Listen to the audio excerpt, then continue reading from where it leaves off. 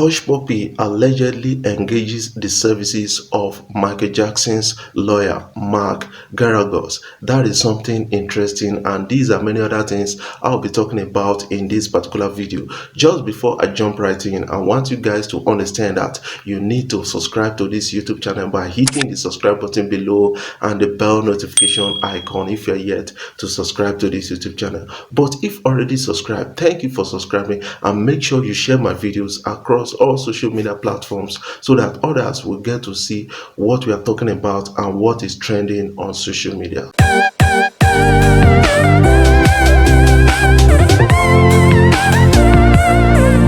Guys, I have three things to actually speak about in this particular video, and these are things concerning Hushpuppi and his friends that were busted by the FBI recently, and a lot of people are talking about these guys on social media, and that is something interesting to note.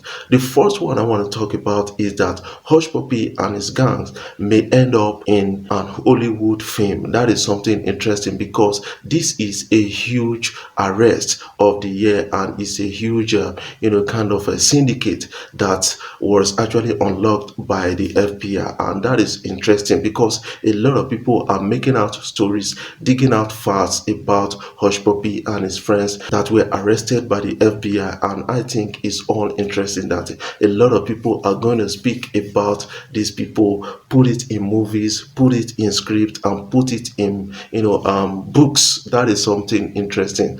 But what do you think about the story of Hushpuppi making it to the screen on Hollywood movie? And that will be interesting for a lot of people because they're going to watch it over and over again, because it's not easy to unlock such a syndicate where you have intelligent persons running around computers, scamming people around the world, even bigger organizations of millions of dollars. It was reported that Hushpuppi and his friends scammed a Premier League club, and then they actually made away with some money, but though didn't succeed totally. According to what is being reported by the FBI, they were actually monitored through their Gmail accounts. They were monitored for a very long period of time and then busted in an attempt to actually commit another fraud, and that is something interesting. And they were actually busted with a lot of evidence, and these are the things that will make it difficult for Hushpuppi's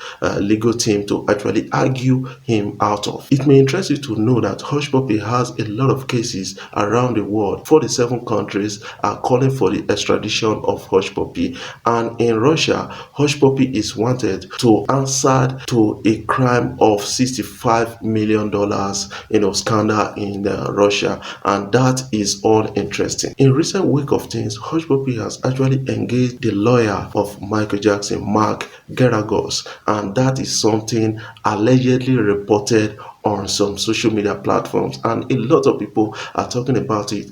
Even though Mark Garagos cannot argue Hushpuppi out of this, but may try to reduce the jail term for Hushpuppi, if he's a very good lawyer. That is what a lot of people are now talking about. But what do you think about it? Do you think that this guy can actually argue Hushpuppi out of this kind of scandal going around the world, where they have a lot of evidence pointing against Hushpuppi at this particular time? But a lot of people will say yes, this guy can actually do it, especially the Hushpuppi fans, and I know that these guys are into fraud like him, and that is why they are bent on defending him. But I kind of understand that it is not right to actually justify crime. You cannot justify crime. That is one thing I keep telling a lot of people, that they need to understand that they cannot justify crime. Crime is crime. When you are caught committing crime, you are caught committing crime, and then you will pay for it in no time. And that has happened to Hushpuppi at this particular time, and it's all interesting to actually know that Hushpuppi is fighting hard to actually get out of this. And a lot of people are asking, how did Hushpuppi get enough money to engage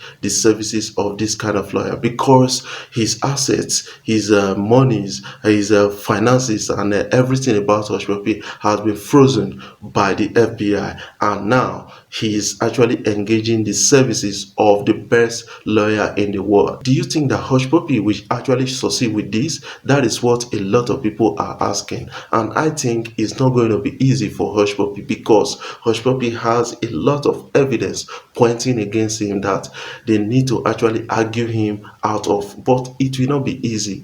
This is so obvious. In a recent report by the FBI, Woodbury, who scammed Chicago companies of $50 million, credited that $50 million into his Bitcoin e-wallet account, and that is something interesting, as the FBI will find it difficult, or it has become impossible for them to actually retrieve that $50 million except Woodbury himself. That is what a lot of people are now talking about.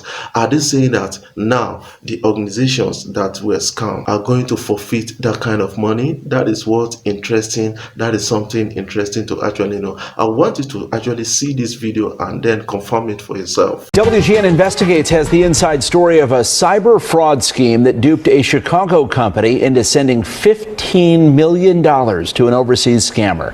But federal prosecutors say the scam was much larger and more lucrative than that. If you've ever wondered whether the long arm of the law is long enough to find, apprehend, and charge a cyber scam that originated overseas, in this case, the answer is yes. Meet Olalekan Jacob Ponle. Sources pointed us to his Instagram feed, which looks like lifestyles of the rich and famous. Fancy clothes, fast cars, a freewheeling lifestyle. Federal prosecutors say Ponle is behind a fraud scheme worth more than $50 million. An unnamed Chicago-based company was allegedly duped into sending wire transfers totaling more than $15 million. Another local company lost $2.3 million. Here's how prosecutors say Ponle's scheme worked. Access to companies' email accounts through a phishing attack. In one of the Chicago cases, they allegedly sent an email that appeared to be from the company's chief accounting officer to another employee ordering the transfer. The criminal complaint says the fraudulent email was almost identical to a prior legitimate email, right down to the name on the bank account. But the account number was different. The feds say Ponle's scheme spanned at least 9 months last year. During that time, one of his Instagram posts read, "Money don't make a man makes money." Ponle is a Nigerian national. The FBI caught up to him living in the United Arab Emirates. That country expelled him, and federal agents brought him to Chicago last night for an initial court appearance this morning. A detention hearing is scheduled for late next week. A lot of money. And the feds say that he converted a lot of that money to Bitcoin, so there's a decent chance these companies may never see it back. Yeah. Guys, permit me to say that these guys are intelligence scammers. They are evil genius. That is one thing I believe about this guy. Compromising the email of an organization and then targeting their customer, getting a huge sum of money from their customer is something that it takes some intelligence to actually do. And now a lot of people are saying that why not channel that intelligence in doing the right thing, and you will still get to where you want to go to. That is one thing that a lot of people are saying, because in recent time Hushpuppi came out to say that he has been suffering in Nigeria, because of the suffer in Nigeria. He has to run out of Nigeria to actually go to a place like Malaysia and Dubai to start committing crime, fraud around the world. But you cannot justify crime. That is something interesting to know at this particular time, because a lot of people tend to actually defend this Hushpuppi who has committed huge crime around the world. Somebody committed crime and then you are defending the person. I wonder what you are teaching the next generation. That is one thing I believe about the whole thing. And it takes no time for crime or for sin to actually multiply. That is something that you guys need to actually understand at this particular time.